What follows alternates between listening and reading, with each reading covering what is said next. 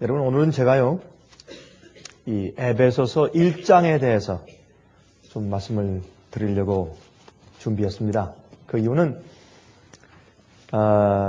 저는 이제 성경을 이제 볼 때, 이제는 성경 전체를, 보려고 애를 쓰고, 또 성경 각 권마다 로마서면 로마서, 창세기면 창세기, 신명기면 신명기 해서 책 한 권 한 권이 도대체 지금 무엇을 말해주려고 하는 것인가 라는 관점에서 보려고 애를 많은 쓰는 사람 가운데 하나입니다. 그런데 그래서 어떤 때는 제가 이제 여행할 때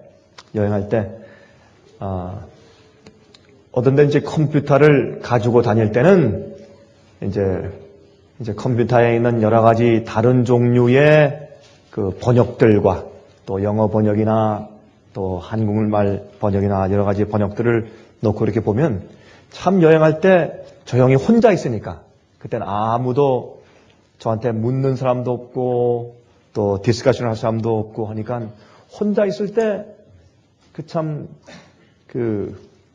제가 이 설교할 때에 여러분과 대화하는 또 제가 이해하는 것을 일방주로 말하는 그런 시간과 좀 다른 것 같아요. 정말 성령께서 이 성경 말씀을 기록하신 그 말씀을 제게 있는 그대로 쏟아 부어주신다. 제 마음 가운데 이렇게 부어주신다는 그런 개인적으로 제가 주님 앞에 정말 그 무릎 앞에 앉아 주의 무릎 앞에 앉아 이제 그런 찬송이 있듯이 주님의 무릎 앞에 앉아서 내가 말씀을 듣는다 하는 그런 느낌을 자주 느낍니다. 요즘엔 또 이 파켓북이 있잖아요. 조그만 손 전자수초 같은 그런 것들이 있기 때문에 그 안에도 성경이 있어요. 이 조그만 이런 것에도. 그래서 그런 것도 이렇게 가서 이렇게 쭉쭉 이렇게 혼자 그건 참 간편해요 정말.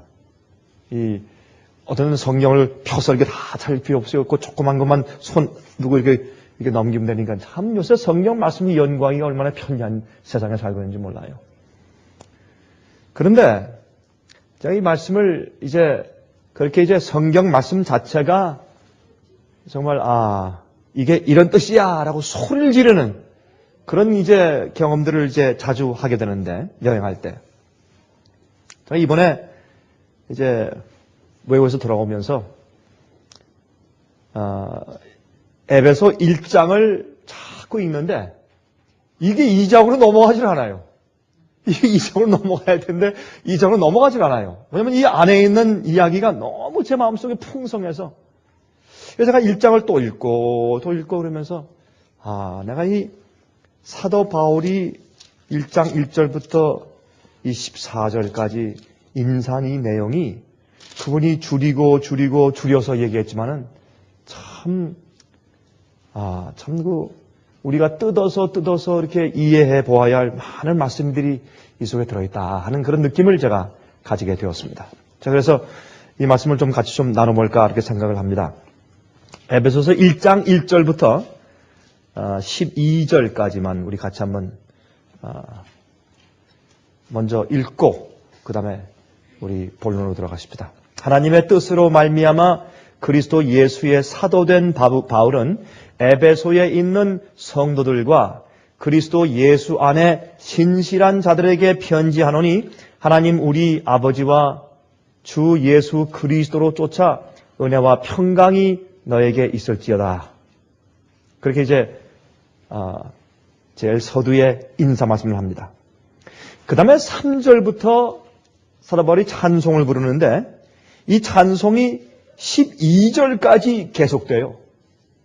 그러니까 찬송하리로다 라는데 뭘 찬송하냐 말이에요. 그 찬송하는 내용이 가슴에 사무치고 그게 너무 분명하기 때문에 이 찬송 소리는 제가 이 말씀을 읽고 2장으로 넘어갈 수 없는 얘기 없다는 표현을 말씀드린 것은 사도 바울의 그 찬송 소리가 제 가슴에 울리고 메아리치기 때문에 그 말씀을 드리려고 하는 것입니다.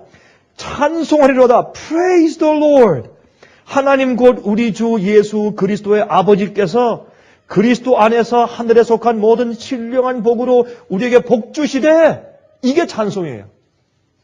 근데 사도 바울은 이 에베소서를 쓸 때 그가 지금 어떤 입장에 있느냐 말이에요. 그가 있는 입장은 정말 어려운 입장이에요. 예?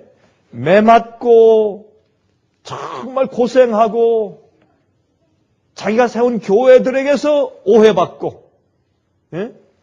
마귀가 교회를 치고 괴롭히는 것을 보고, 지금 자기 앞에는 인간적으로 볼 때 깜깜하고 소망이 없고 그런 입장에 있는 사람인데, 근데 이분이 찬송하리로다라고 해서 자기가 지금 살고 있는 인생 여정기에서 눈을 돌려서 하나님을 향해서 보는데, 하나님께서 내게 베푸신 은혜가 얼마나 크냐 말이에요. 그걸 지금 보는 것이에요. 근데 그게 현재 여러분과 제가 살고 있는 우리의 삶에서 우리가 보지 못하는 것을 이분이 보고 있는 것이에요.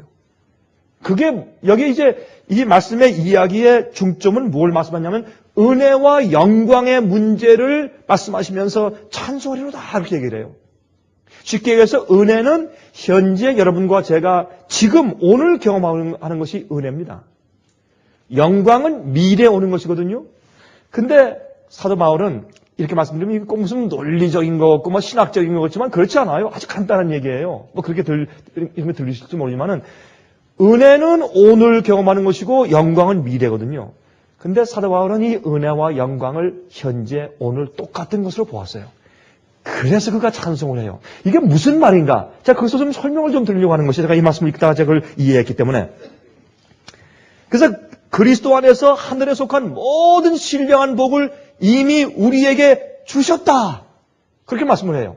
하나하나 이제 순서를 따라서 계단을 따라서 주실 것이다가 아니고 이미 주셨단 말이에요. 이미 내 주위에 내 속에 가득 있는데 우리가 모른다. 이미 주신 거야. 그렇게 말씀합니다. 4절. 곧 창세 전에 그리스도 안에서 우리를 택하사 우리로 사랑 안에서 그 앞에 거룩하고 흠이 없게 하시려고. 언제요? 언제? 우리가 태어날 때요? 아니요. 창세 전에. 이 지구를 창조하시기 전에도 여러분을 하나님께서 딱 계획해서 손에 기록하시고 이미 설계하시고 디자인하시고 준비하셨다 그 말이에요. 이것 때문에 무슨 오해가 생기는 줄 아세요? 예정설 오해가 생기는 거예요. 자, 그래서 예정설 문제 제가 잠깐 짚고 지나갈게요. 이것은 오래 말씀은 안 드리겠는데, 그래서 예정설 문제 오해가 생긴 거예요. 예정하신 것은 아닌데, 여기 말씀하기를 창세 전에, 이건 우리가 이해하면 엄청난 얘기예요, 이거는. 이제 그걸 우리 조금 좀 이해하고 나가십시다. 그 기쁘신 뜻대로 우리를 예정하사. 이거 또 문제가 생겼네. 예정설이 또 나오죠. 그렇죠? 예수 그리스도로 말미암아 자기의 아들들이 되게 하셨으니 이는 그의 사랑하시는 자 안에서 우리에게 거저 주시는 바 그의 은혜의 영광을 찬미하게 하려는 것이라. 여기 은혜와 영광을 하나로 취급하잖아요. 은혜의 영광. 예? 같은 걸 취급하세요. 우리가 그리스도 안에서 그의 은혜의 풍성함을 따라 그의 피로 말미암아 구속 곧 죄사함을 받았으니 이는 그가 모든 지혜와 총명으로 우리에게 넘치게 하사 그 뜻의 비밀을 우리에게 알리셨으니 곧 그 기쁘심을 따라 그리스도 안에서 때가 찬 경륜을 위하여 예정하신 것이니. 예정설이 또 나와요. predestined 그랬어요. 예? 하늘에 있는 것이나 땅에 있는 것이, 다시 말해서 하늘에 있는 천사나 하늘에 있는 교회들이나 타락하지 않은 존재들이나 우리 이 땅에 있는 우리 죄인들, 이 세상에 있는 교회나 다 그리스도 안에서 통일되게 하나가 되게 하려 하심이라. 모든 일을 그 마음의 원대로 역사하시는 자의 뜻을 따라 우리가 예정을 입어, 또 나와네. 여기 예정이 또 나와요. 예정을 입어 그 안에서 기업이 되었으니 이는 그리스도 안에서 전부터 바라던 우리로 그의 영광의 찬송이 되게 하려 하심이라. 이 영광이요, 미래가 아니고 현재 우리가 하나님의 영광의 찬송이 되란 말입니다. 영광은 미래에 오는 것인데 그렇게 지금 설명하고 있어요. 여기서. 자, 이게 도대체 무슨 말씀을 하는 것인가? 우리 그걸 좀 뜯어서 좀 이해해 보도록 하십시다. 제가 늘상 말씀드리지만 성경은 옛날에, 지금부터 한 1900년 전에, 2000년 전에, 아니면 2500년 전에, 아니면 거의 2700년 전에, 예? 그때 있던 선지자들이 받아서 쓴 말씀인데, 하나님께서 말씀한 것을 그대로 딕테이션 한 건 아니지만은 그러나 그 사람의 마음을 감동했을 때 그 사람이 자기의 언어와 자기의 사상 구조를 기록했단 말입니다. 그러면 그 당시에 그 사람이 그 당시에 자기가 받은 교육 정도와 자기가 살던 생활과 문화 수준의 배경 속에서 자기의 언어와 자기의 표현으로 기록했어요. 그것을 우리가 그 사람이 왜 그렇게 말했으며 어떤 배경에서 왜 그런 일을 했는지를 우리가 뜯어서 살펴보아야 합니다. 그것이 성경 연구예요. 자, 그래서 우리 이 말씀을 이 중요한 얘기를 1절부터 12절까지 연구하면서 두 가지를 좀 우리 이해해야 됩니다. 첫 번째는 예정에 대한 문제이고 두 번째는 은혜와 영광에 대한 관계에 대한 문제입니다. 제가 첫 번째 문제는 잠깐 언급하고 지나가고 두 번째 문제를 우리가 주로 말씀하겠습니다. 먼저 예정설에 대해서 간단하게 짚어보고 지나가야 합니다. 여러분, 성경에 하나님께서 우리를 예정하사 우리가 예정을 입어 심지어 나를 모태부터 택정하사 그런 말씀이 많이 있어요. 특별히 바울이 그런 표현을 많이 합니다. 그게 무슨 뜻인가? 바울이 그렇게 표현한 데는 의미가 있어요. 그것은 하나님께서 역사하신 그 역사와 주님의 뜻과 계획이 얼마나 능력이 있는지 내가 거절하고 도망가지 않는 한 결국에 가서는 주님의 뜻이 이루어지더라. 그걸 그가 마음속에 막 끌어오르듯이 이해한 거예요. 내가 어떤 때는 내가 주의 뜻을 거절하고 어떤 때는 도망을 갔어도 그러나 결국 내가 주님 앞에 마음을 묻고 바치려는 마음의 근본 생각이 있는 한 결국은 내 생에서 아니면 주님의 교회 안에서 아니면 어떤 나라에서 심지어 이 세상에서 하나님의 뜻은 결코 이루어지더라. 이것이 너무너무 가슴 속에 벅찼기 때문에 예정이라는 단어를 사용한 거예요. 그가. 하나님이 그렇게 정하셨기 때문에 그렇게 되는 것이야. 잔말 말어. 그렇게까지 말하고 싶은 거예요. 지금 이 사도 바울은. 물론 주님께서 미리 아신다는 헬라어 단어도 있고 예정했다. 말하지 마라. 이런 단어도 있어요. 그런데 사도 바울은 구태여 예정하셨어. 이런 단어를 사용하면서까지 그 말씀하시는 것은 하나님의 뜻이 이루어지는 거예요. 하늘에서 뜻이 이루어진 것처럼 우리 생에서도 그 뜻이 이루어진단 말이에요. 이게.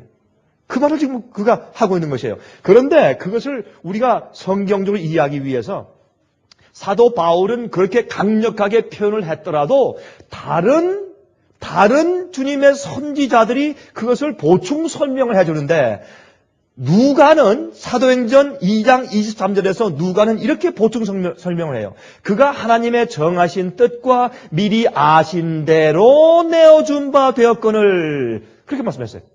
너희가 법 없는 자들의 손을 빌어 못 박아 죽였으나 다시 말해서 하나님께서 어느 누구는 로마 군인 가운데서 어떤 너희가 예수님을 십자가에 못 박아 죽일 것이다 라고 그가 태어날 때부터 주님께서 미리 정해 주었습니까? 그러면 그런 불공평한 일이 어디 있어요? 그럼 뭐하러 태어나요? 그건 말이 안 되는 거죠. 그게 아니라 하나님께서 미리 아신 대로 내어준 바 되셨다. 그렇게 보충 설명을 해줘요. 이게 그러니까 예정이지만 예정이에요. 하나님께서 미리 아신단 말입니다. 또 베드로 사도는 그것을 또 뒤에서 또 옆에서 보충 설명해 주는데 왜? 이 사도 바울은 강력한 사람이니까 말도 강력해요. 표현도 강력하고. 그러니까 사도 베드로는 옆에서 그것을 여러분 들은 분들이 혹시 이 말에 조금 오해하실 것 같아서 제가 보충 설명해 드릴게요. 하고 또 옆에서 또 거들어요. 베드로 전서 1장 2절에 이렇게 거듭니다. 곧 하나님 아버지의 미리 아심을 따라 성령의 거룩하게 하심으로 순정함과 예수 그리스도의 핏뿌림을 얻기 위해 택하심을 입은 자들에게 편지하노니. 여긴 또 사도 바울은 그렇게만 말하지 마시오, 베드로. 예정하셨으니 이렇게 말하니까 베드로가 아니 그런데 너무 그러면 사람들이 오해하니까 미리 아심을 따라 이렇게 보충 설명해 주는 거예요. 이렇게 해서 성경을 이쪽 저쪽에서 섞어서 읽으면 아무 문제가 없어요. 문제가 없어요. 여러분 하나님께서 인간이 죄를 짓고 타락할 것을 알고 계셨습니까? 아셨습니까? Yes. 그럼에도 불구하고 인간을 창조하셨나요? Yes.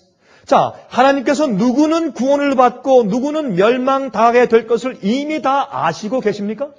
Yes. 그렇다면 우리가 어떻게 하나님의 계획에서 자유스러울 수가 있습니까? 아니 그러면 이미 다 아신다. 그러면 정하셨네. 이건 인간의 생각이란 말이에요. 그거를 미리 모르시면 하나님이 아니시죠. 그래서 우리 인간의 좁은 한계에선 하나님이 미리 정하셨다고 느끼지만 그것이 아니라 미리 아시는 예지 예정이라고 하는 낱말이 나온다고 말입니다. 그래서 하나님께서는 우리가 그 큰 구원을 우리가 받아들일지 아니면 거절할지에 대해서도 아신단 말입니다. 그래서 미리 아시지만 그러나 우리가 보는 입장에서는 하나님께서 정하신 것처럼 보이고 그렇게 들릴 수밖에 없는 것을 우리가 감안할 때 이 말씀은 문제가 없습니다. 그러나 사도 바울의 이야기는 그 속에서 자기의 생애를 가만히 돌이켜보니까 자기가 정말 그 감옥에 있으면서 에베소 교회에 편지를 쓰면서 가만히 자기의 과거를 회상해 보니까 자기의 인생의 태어남과 자람과 회개함과 다메섹의 도상과 모든 이방인의 사도를 일하던 자기 일생 전체가 구비구비를 돌아 하나님의 섭리와 인도하심인데 이게 주님께서 날 이미 아셨구나. 모태로부터 날 정하셨구나. 날 택하셨구나. 그렇게밖에는 생각이 안 되는 겁니다. 저도 그런 의미에서 하나님이 저를 택하셨다 저는 믿습니다. 제가 잘나서가 아니라 저를 구원하고 또 미약하지만 주님의 사업의 한 부분에 쓰시기로 주님께서 이미 하나님의 계획 속에 있었다는 것을 저는 믿습니다. 그게 사도 바울의 설명입니다. 지금. 그래서 하나님은 영원히 거하시는 분이에요. 여러분 영원이란 무슨 뜻인가 하면 시작과 끝이 없는 겁니다. 영원은 둥근 원 같아요. 둥근 원이기 때문에 하나님께서는 모든 지점에 동시에 거하세요. 시작과 끝이 있으면 어때요? 여기에 있는 사람이 어떻게 저기 있어? 그런 말이 나올 수 있어요. 그러나 둥근 원이면 어디가 시작이고 어디가 끝이냐 말이에요. 하나님께는 역사가 그런 거예요. 그러니까 동시에 하나님의 눈에는 오늘도 내일도 모레도 어제도 하나님께는 같은 거예요. 하나의 같은 원점이기 때문에 그게 하나님이세요. 이게 지금 현재 우리의 그걸 우리가 뭐라 그러죠? 한국말 단어를 잊어버렸어요. 지금 third dimension, fourth dimension, fifth dimension, 그걸 한국말로 뭐라 그러죠? 감사합니다. 차원, 2차원 세계, 3차원 세계, 5차원 세계 그러지 않습니까? 그 차원이 달라요. 우리는 처음에는 뭘 그릴 때 평면 사진만 그리다가 요즘에 뭐예요? 입체. 요새는 입체도 아니고 어떤 입체 영화 볼 때는 안경을 쓰면 막 거기 있는 것들이 막 튀어나오죠. 그래서 막 몸을 피하게 되죠. 여러분 이 큰 화면 그런 거 뭔지 아시죠? 그 뭐라 그러죠, 그걸? 예? IMAX. IMAX 같은 거 보시면 거기에 말이죠. 이렇게 막 튀어나오는 것들이 그냥 막 어떤 때 활을 쏘면 막 피하게 막 동물이 뛰어오면 막 피하게 되잖아요. 그러니까 이건 안경을 쓰기 전까지는 차원이 안 보이는 거예요. 하나님이 그런 거예요. 하나님이 그런 분이에요. 자, 그래서 영혼을 얘기했는데 그 영혼의 하나님께서는 이미 시작하기 전부터 이미 아시기 때문에 영원한 분이에요. 그래서 하나님께는, 잘 들으세요. 하나님께는 우리 인간의 역사 전체가 우리의 태어남과 죽음과 생애와 처음부터 지금까지 6천년 동안의 인간의 역사가 하나님께는 영원한 현재일 뿐이에요. 영원한 현재예요. 과거도 현재고 지금도 현재고 내일도 현재예요. 하나님께는. 그게 하나예요. 이것을 우리는 이해할 수가 없어요. 그러면 하나님께서는 그래서 시작과 끝과 모든 것을 미리 영원히 다 아세요. 그런데 이것을 마치 미리 정해 놓으신 것처럼 표현된 문장들이 있지만 그렇다면 하나님이 세상을 이처럼 사랑하사 독생자를 주셨으니 누구든지 저를 믿는 자마다 멸망치 않고 그 말씀이 맞질 않아요. 주님께서 미리 정해 놓으셨다면. 믿는 선택이 우리에게 있기 때문에. 그래서 영원하신 하나님이 당신을 믿고 따르는 자들을 영원히 책임지고 인도하신다라는 말의 강조지 주님이 미리 정해 놓았다라는 말의 강조가 아니란 말이에요. 이걸 보면 지금 예정하사 미리 정하사 이렇게 말씀하신 건 뭐냐면 이 뜻이 여기 나오는 이 얘기의 시작이 뭐예요? 찬송하리로다. 주님이 미리 다 아시고 이렇게 다 해 놓으셨구나 라는 말씀의 찬송이니까 그 영원하신 하나님이 당신을 믿고 따르는 자들을 영원히 책임지시고 인도하시면서 미리 다 주셨고 그렇게 행하신다 찬송하자 이 얘기 아니에요. 이 강조점은. 그런데 사람들은 이걸 어떻게 받느냐면 주님께서 미리 누군 지옥 가고 누군 천당 가게 미리 정해놓으셨다. 그렇게 해석을 하면 이건 말이 안 되는 얘기예요. 맞습니까?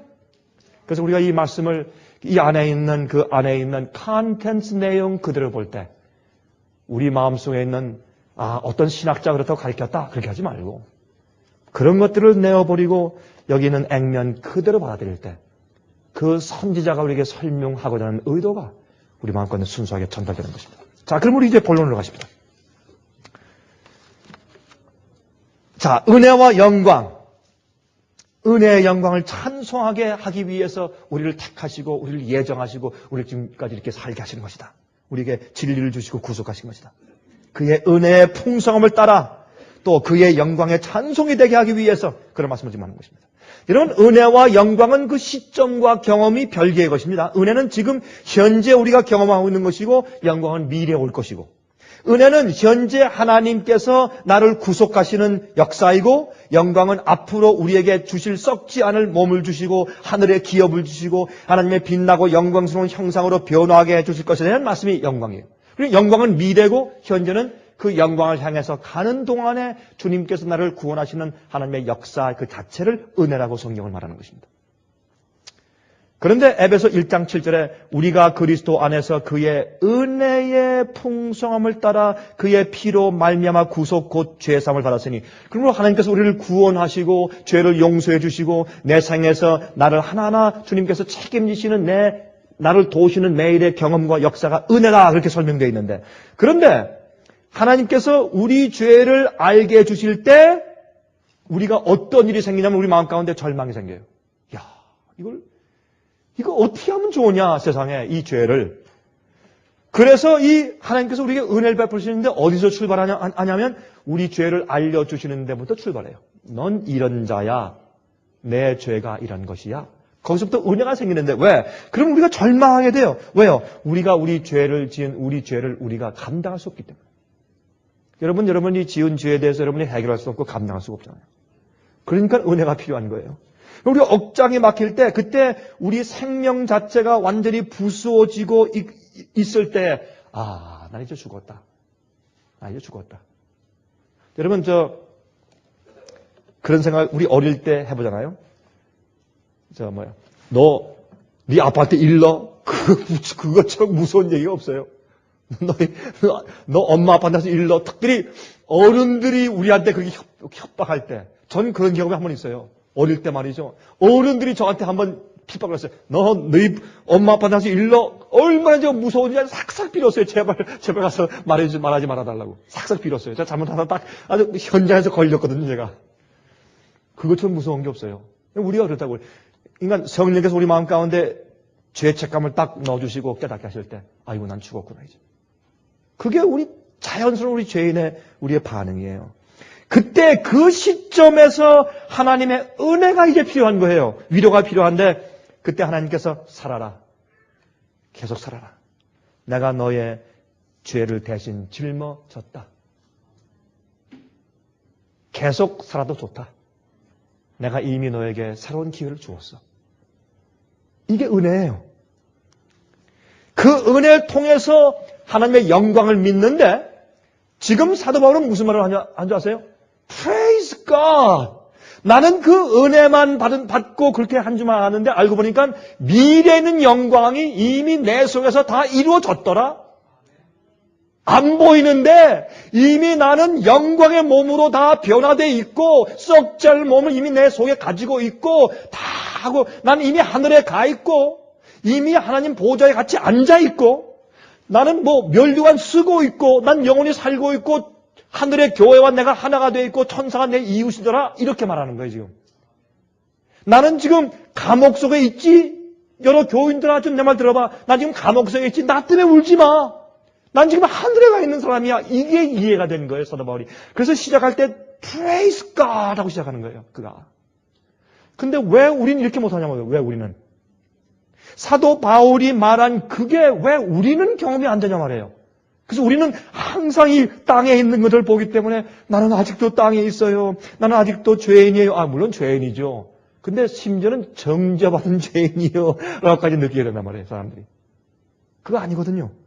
그걸 지금 말하고 있는 것입니다. 그래서 에베소 1장 8절 9절에 보면 그의 은혜의 풍성을 따라서 어떻게 하길 원하는가? 이는 그가 모든 지혜와 총명으로 우리에게 넘치게 하사 그 뜻의 비밀을 우리에게 알리셨으니, 다시 말해서 우리가 하나님의 찬송이 되게 하기 위해서 하나님께서 우리에게 주실 미래의 영광이 지금 현재 우리에게 믿어지고 경험되게 하기 위해서 은혜를 준 거예요.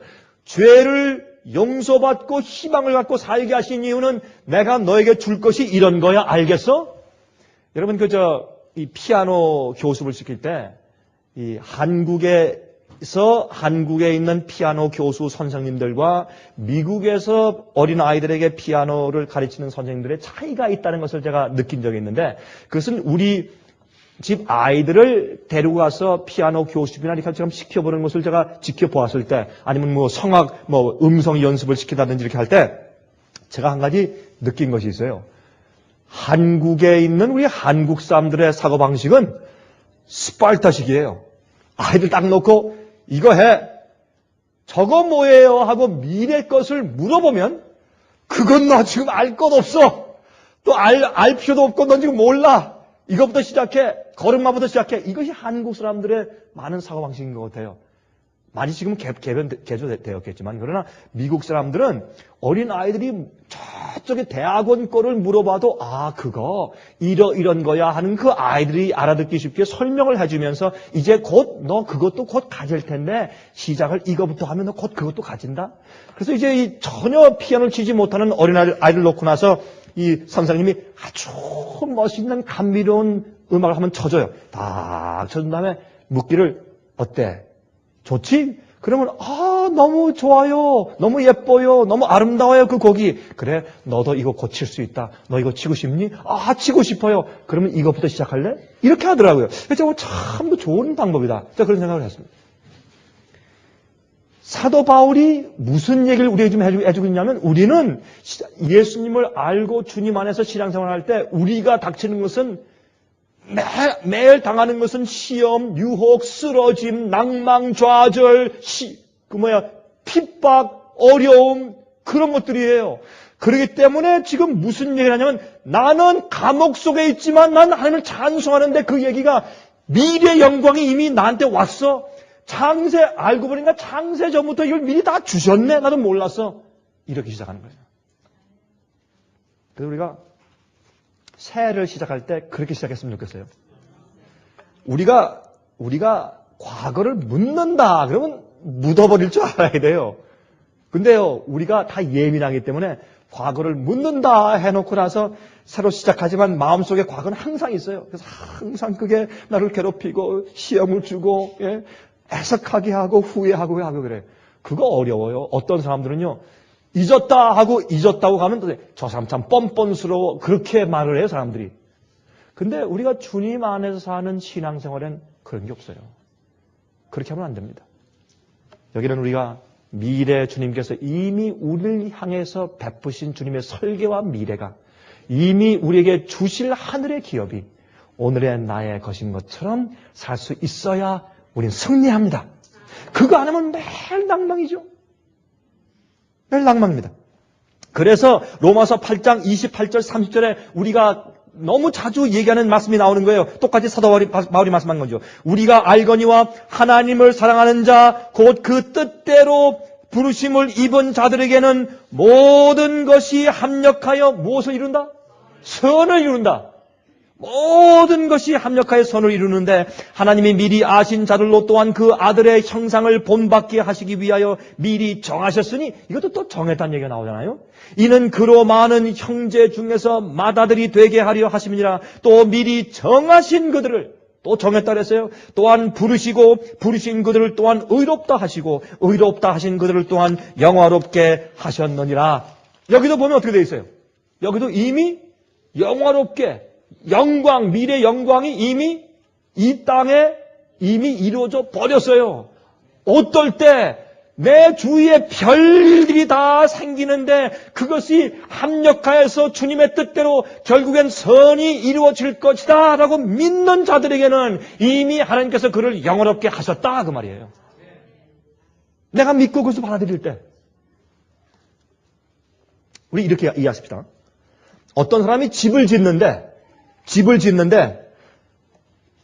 우리가 가가지고 사람에게 이렇게 묻는다고 하십시다. 선생님 지금 무슨 집을 짓고 계십니까? 그럴 때 그 사람이 글쎄 저도 잘 모르겠습니다.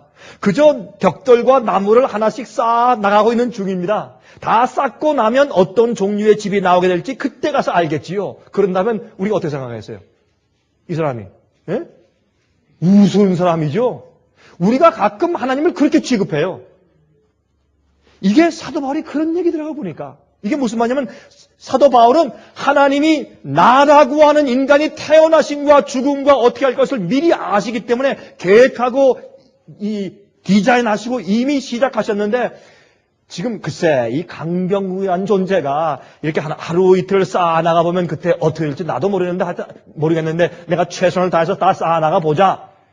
그게 아니고 하나님은 여기에 있는 강병구한 사람이 나중에 영광 가운데 어떻게 될 것을 이미 아시고 설계하시고 디자인하시고 시작하셨단 말이에요. 거기에 그 설계에 따라서 하나씩 벽돌과 나무를 쌓아 올리고 있는 것이지 이렇게 쌓아 올려놓으면 앞으로 어떻게 될지 두고 보자가 아니란 말입니다. 그래서 이 사도 바울의 얘기는 그래서 예정하셨다라고 말을 해요. 저도 이 얘기가 제 성격에도 시원하고 맞아요. 저한테도 좋아요. 저도 화끈한 사람이기 때문에 우리 한국말로 화끈한 사람이잖아요. 저도 이런 게 좋아요. 그래서 두고 보자가 아니거든. 주님이 예정하셨다. 이미 계획하셨다. 저는 좋은 거예요 이게. 뭐가 나빠요. 그래서 전 가끔 제가 세미나 가서 얘기할 때 저도 예정설을 믿습니다. 그런 말을 해요. 그런데 여러분이 이해하는 그런 예정설이 아니라 하나님의 뜻과 계획이 너무 강력해서 내가 주 앞에 주님의 뜻대로 살려는 마음이 있는 한 절대적으로 주님의 뜻이 내 생애 가운데 이루어지기 때문에 저는 그러한 뜻에서 예정을 믿습니다. 그렇게 제가 얘기를 하는 것이에요.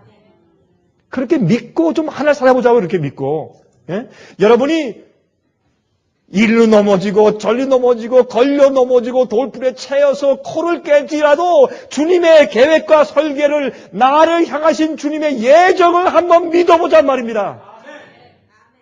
이건 중요한 얘기예요. 이걸 안 하기 때문에 이것도 서로의 주님께서 그 상대방을 향한 내 형제 자매 내 부모 내 자식을 향한 그걸 한번 믿어보자 말이에요. 그럴 때 우리에게 용기가 생기는 거예요. 그거 안 해보세요. 무슨 용기가 있나. 그래서 감옥 속에 있는 사도 바울도 이런 찬송하리로다라는 말을 쓸 수 있었던 거예요. 여러분, 하나님께서는 완전한 설계를 가지고 계시고 지구의 타락을 아셨고 아담의 자손들이 어떻게 고통당할 걸 아셨지만은 그들을 살게 하시고 기회를 주시기로 했단 말입니다. 왜? 그것이 우리에게 유익하기 때문에, 우주에게 전체에 유익하기 때문에, 그리고 하나님께서 이 세상을 계획하시고 창조하신 대로 많은 거룩한 사람들이 이 지구에 많이 영원히 살게 될 것을 보셨단 말이에요. 이 지구가 타락해서 이런 고통의 세월을 지난 다음에 이 지구의 거룩한 하나님의 아들과 딸들이 많이 거하는 것을 하나님께서 보시고 설계하셨기 때문에 주님께서는 계획하신 것이죠. 알지만 창조의 목적이 이루어질 것을 예수님께서 보셨단 말이에요. 저도 저와 제 가족과 우리 모두에게 하나님의 영원한 뜻이 이루어질 것을 전 오늘 아침에 믿습니다. 주님의 뜻과 주님의 계획이 이루어질 것을 믿는 것은 제게 얼마나 큰 은혜가 되는지 모르는 것입니다. 마귀가 아무리 괴롭히고 멸망시키려고 계략을 꾸민다고 할지라도 괜찮습니다. 다른 사람들이 아무리 나를 괴롭히고 나를 거꾸로 뚫으려고 해도 괜찮습니다. 왜냐하면 하나님께서는 그것들로 합력하여 나를 구원하시는 선으로 바꾸실 것이기 때문에 괜찮습니다. 또 나를 위하여 결국은 그런 일들이 나를 승화시킬 것이기 때문에 괜찮고 그것이 우리를 위한 하나님의 영원한 계획인 것을 내가 믿기 때문에 그렇습니다. 그러나 불행이나 고난들이 오히려 우리를 하늘 본향으로 빨리 가게 만드는 일이 되게 하시는 것입니다. 우리는 항상 그래서 즐거울 수는 없지만은, 항상 행복할 수가 없지만은, 그럼에도 불구하고 현재 베푸시는 은혜로 미래의 영광도 지금 나의 것이 된 것처럼 생각하고 살 수 있는 것입니다. 어떤 때는요, 남편과 아내를 보면요, 여러분 한심하시죠? 그렇게 한심하게 생각을 하시잖아요? 그러니까 점점 관계가 소원되는 거예요. 자식을 볼 때 기가 막히시죠? 어떤 때는 아이고 이 녀석을 내가 뭐 때문에 낳았나, 그런 생각 해본 적이 있어요? 아마 부모들은 그 아이가 자랄 때까지 한 번도 그런 생각을 안 해본 사람이 한 명도 없을 거예요. 내가 이 왼수를 어떻게 낳았지? 그런 생각들이 어떤 때 지나갈 때가 있어요. 그러나 거기에서 그쳐버리면요, 뭐가 안 되는 줄 아세요? 바울의 이 말씀이 이해가 안 되는 거예요.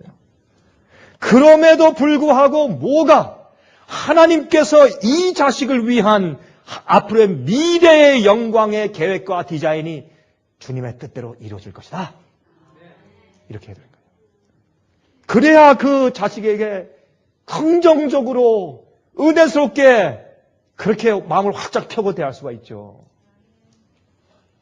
이렇게 해보세요. 아이고 너는 아무리 해봐라 되나, 아이고 참 한심하다, 이렇게 보세요. 그러면 한심한 자가 돼요, 걔는. 그런데 여러분, 이 얘기가 우스운 것 같아도 우리가요, 꼭 우리 자신에게 그렇게 하고 살아요. 아이고 너는 작년도 똑같았고 재작년도 똑같았고 그러니 뭐 올해도 똑같을 거야, 그렇게 해보세요. 되나? 안 되는 거예요, 이게. 소망이 없는 거예요.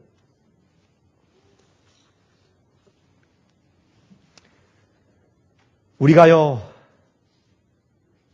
이미 늙었어도, 우리 나이가 많이 들었어도 내가 이미 하늘에서 있는 것처럼 이미 젊어졌다라고 살아야 돼요. 그게 영광이 지금 나예요.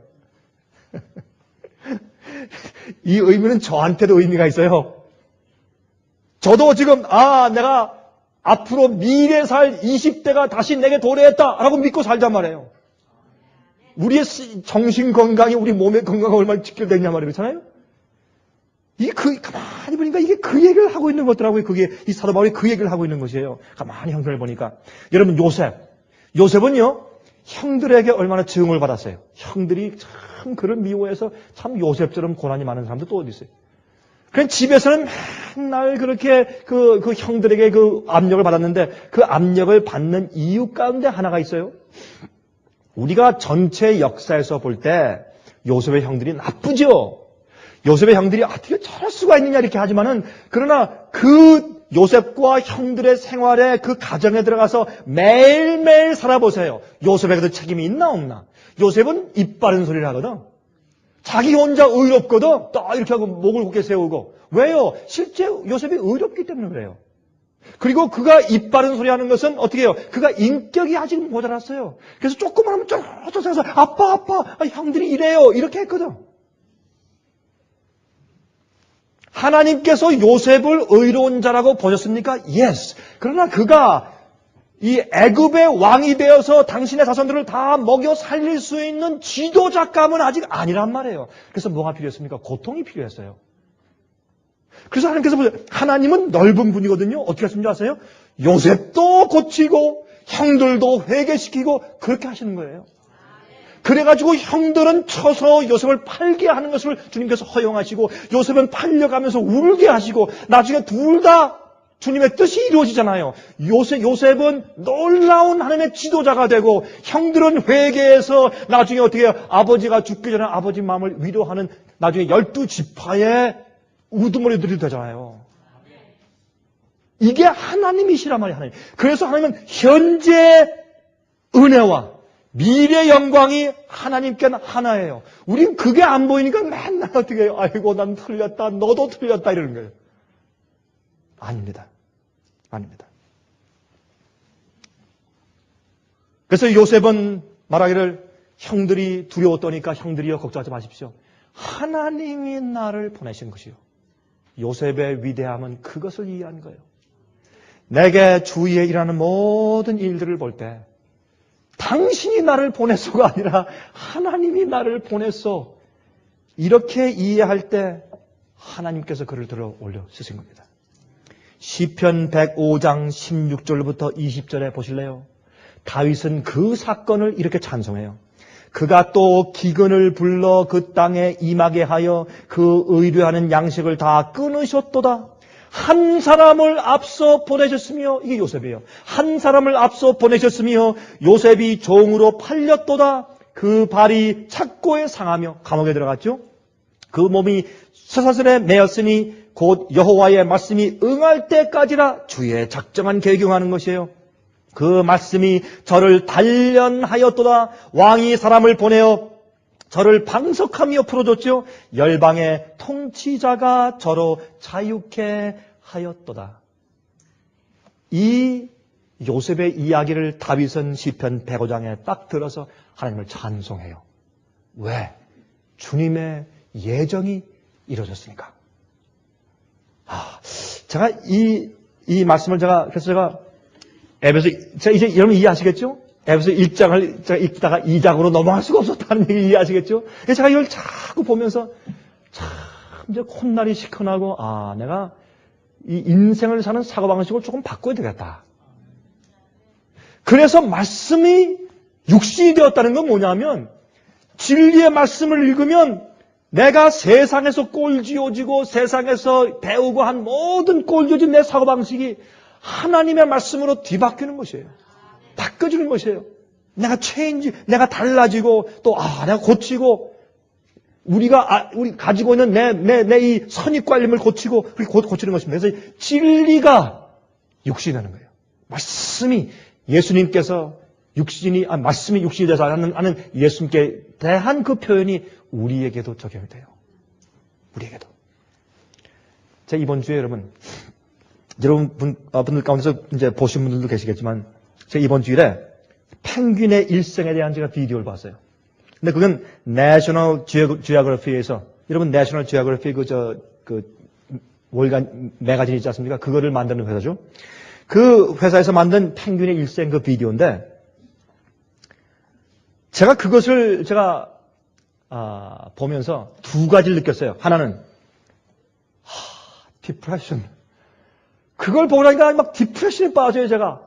두 번째는 뭐냐면, 이게 하나님께서 네이처, 이 자연을 통해서 우리에게 베푸시는 계시구나. 나를 보여주고 인생의 생애를 보여주는 것이구나. 제가 그게 감이 탁 들어오더라고요. 제가 꼭 목사기 때문에만 그런 것은 아닐 거예요. 여러분도 아마 그런 생각을 느끼셨을 거예요. 근데 왜 제가 디프레션에 빠졌느냐? 펭귄 그러면 예쁩니까? 안 예쁩니까? 얼마나 예뻐요. 귀엽고 펭귄 그림 보세요. 얼마나 예쁘고 참 걸어가는 그 모습도 참 얼마나 예뻐요. 근데 펭귄의 일생을 보니까 그렇게 불쌍할 수가 없어요. 전 몰랐어요. 그걸 보기 전까지 전 몰랐어요. 이 펭귄이 그렇게 물속에 들어가서 많이 물고기를 잡아가지고 뚱뚱하게 될까지 자기 몸속에 양분을 저장하는 이유를 제가 알게 되었어요.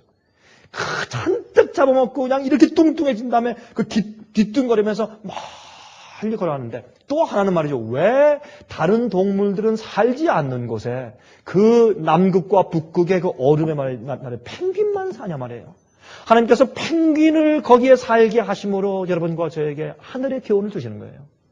펭귄이 거기에 남아서 펭귄만 살아요. 펭귄만 거기에 견딜 수 있어요. 그 추운데 거기에서 물에서 그렇게 하다가 거기서부터 그 남극의 육지 가운데로 들어가요. 다시 말해서 이 얼음의 두께가 가장 두꺼울 때, 나중에 얼음이 녹아서 자기 가까운데 와도 거긴 깨지지 않을 그 가운데 가장 얼음이 두꺼운 곳으로 이민을 가요. 잔뜩 먹고 나서 글로 가는데 한 거의 2주가 걸려요.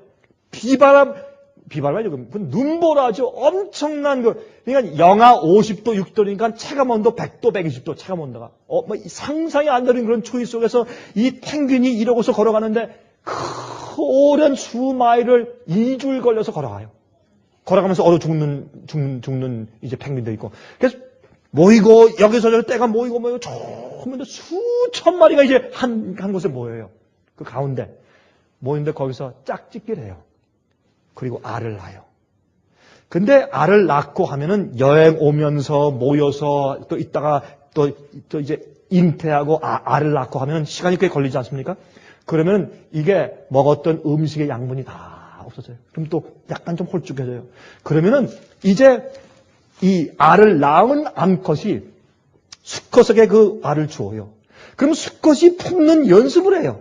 암컷은 품을 줄 알거든. 수컷은 품어봤어야지. 그러나 자기 발에 이렇게 들고서 손이 없잖아요. 펭귄은. 그래서 손 발로만 해야 돼. 이렇게 들고서 자기의 앞에 부분 털로 가려요. 좀 밑을 가리는데 그게 안 되니까 놓치고 그러면 그걸 또 품고 그걸 연습을 해서 암컷이 가만히 지켜본 다음에 수컷이 품을 때가 됐다. 그러면 암컷은 또 길을 떠나요. 어디로? 또 먹이를 먹으려고. 쭉 떠나요. 그러면 이제는 뭘 하느냐? 암컷은 자기가 먹은 것 힘으로 새끼를 낳았어요. 알을 낳았어요. 그럼 이제는 수컷은 자기가 먹은 것을 개워가지고 이제 그것을 좋을 때가 됐단 말이에요. 그래서 그걸 품어요, 그걸 다 품고 고생하는데 그때 수컷들만 암컷이 그러니까 정말 안에 부인이 없는 남편들이 호래비들이 불쌍한 게 거기 나오더라고요, 거기에. 이 수컷들만 수정해가지고 참 쓸쓸해. 다 이러고 서로 추우니까 서로 온도를 이제 녹여요. 참또 서로 이렇게 막 프레스 하는 거예요. 프레스. 어떤 때는 말이죠. 우리가 외로우니까 싸우는 거예요. 외로우니까 서로 기대야 따뜻하거든. 그런데 기대는데 우리가 매너가 없으니까 싸움이 되는 거예요. 그렇죠? 어떤 때는 고슴도치가 있거든. 넌 오지 마, 나 아파. 이렇게 하니까 싸우거든. 근데 이제 서로 프레싱을 하는데 모였는데 그때 가장 추운 겨울이 지나가요. 바람이 불면서 그 추위를 견뎌요. 견디고. 그런데 그때에 수컷들이 이 알을 품고 있는데 이제 암컷들은 또 그 오랜 동안 걸어서 지친 걸음을 걸어서 또 바닷가로 가가지고 또 물속에 들어가서 또 사냥을 해요. 잔뜩 먹고 또 긴 그 여정을 또 걸어서 와요. 그 오면 그 수천 마리가 있는데 어떻게 아내 남편이 알아보며 그 다음에 그때쯤 되었을 때 이 엄마가 돌아오쯤 되었을 때는 벌써 알이 새끼가 나와 있어요. 근데 이 엄마가 와서 아니면 어떤 때는 또 서로 바꿔요. 새끼가 깨어날 때쯤 되면 또 어떤 때는 또 수컷이 또 가요. 수컷이 또 가가지고 또 잡아먹고 또 와요. 그러면 어떤 때는 엄마가 돌아왔을 때 아니면 어떤 때는 아빠가 돌아왔을 때 알에서 깨어난 새끼를 어떻게 알아보냐 말이에요. 소리로. 참 기가 막힌 얘기더라고요. 소리로 알아보는데 우리가 볼던 이 펭귄들이 꼬르르르 하면서 똑같은 소리 내는 것 같은데 그 파장이 다 달라요. 그러니까 엄마가 새끼의 울음소리를 알아듣고 남편의 울음소리를 알아들어서 그 많은 수천 마리 가운데서 자기의 것을 찾아가요. 만나요. 그리고 입을 벌리면 다른 새끼가 오면 절대로 안 줘요. 탁 차내버리고 자기 새끼한테만 입을 벌려서 개워내는데 이거는 펭귄은 젖이 없기 때문에 펭귄은 젖이 있으면 추워서 안 되죠. 전부 다 이 두터운 털로 이제 다 붙어버리니까 개워내는데 밀크처럼 하얀 종류로 위에서 변해 있어요. 그걸 개원해서 새끼에게 먹여요. 제가 그걸 가만히 보면서 제가 뭘 봤냐면 첫 번째는 너무 불쌍하다. 펭귄의 삶이 저는 그 사람이 따스한 햇빛 받고 빙산에 다 있다가 잘 빠져가지고 수영 잘하고 난 이렇게 재밌는 줄 알았어요. 그게 아니라 일생이 너무너무 이거는 정말 고초와 고생과 불행 연속이에요. 그러는 과정에 물개가 올라와서 펭귄이 잡혀먹고 복수가 와서 물어뜯고 잡혀먹기고 얼어 죽고 그다음에 그 낳은 알이 금방 얼어서 없어져 버리고 별일 다 생기는 거예요. 그러니까 이게 고생. 제가 들어올 때 펭귄은 우리 같은 지성이 없고 영생이 없기에 망정이지 만약 우리 인간 같은 지성이 있다면 그건 뭐 때문에 태어나서 살아요? 그 살 가치가 없는 것 같아요. 뭐 때문에 그러니까 왕창이 왔다 갔다 고생하고 알 낳고 키우고 새끼 먹이는 걸로 살다가 죽어버리는 거예요. 그밖에 없어요. 펭귄의 일생이. 근데 너무너무 고생이 많은 거예요. 이게 뭔지 아십니까? 여러분과 저에게는 예수 그리스도의 재림과 부활의 소망과 미래의 영광이 없으면 우린 살 가치가 없습니다. 우리의 생애는 아무것도 아니고 고생뿐이며 일생 동안 참 아픔과 슬픔뿐이고 외로움뿐이고 고난뿐이고 우린 이 세상을 태어나서 살 가치가 없는 삶을 살고 있는 것입니다. 그러므로 유일한 것은 우리가 이 세상에 살면서 진리를 발견하고 하나님을 더듬어 찾고서 영광의 주님께서 미리 정하시고 만들어 놓으신 영광을 미리 내가 땡겨서 내 것으로 삼는 그것밖에는 우리에게 소망이 없는 것입니다. 그래서 미래의 영광이 현재 은혜의 형태를 가지고 있습니다. 제 말씀의 결론입니다. 미래의 영광이 딱 가장을 하고 우리 속에 들어와 있는데 현재 은혜라고 하는 형태를 취하고서 은혜라는 그 형태의 은혜라는 그런 오두막집으로 가장에 들어와서 우리 마음 가운데 딱 도사리고 있는데 우리가 가만히 보니까 그게 영광이란 말이에요. 내 속에 예수 그리스도의 은혜가 지금 내 마음 가운데 경험되고 있는 한 미래의 영광은 내 것인데 왜? 주님께서 이미 알고 창세 전부터 정하시고 설계하시고 계획해 놓으셨기 때문에 은혜를 경험하신 여러분들이시여 영광을 가지고 하늘 살도록 하십시다.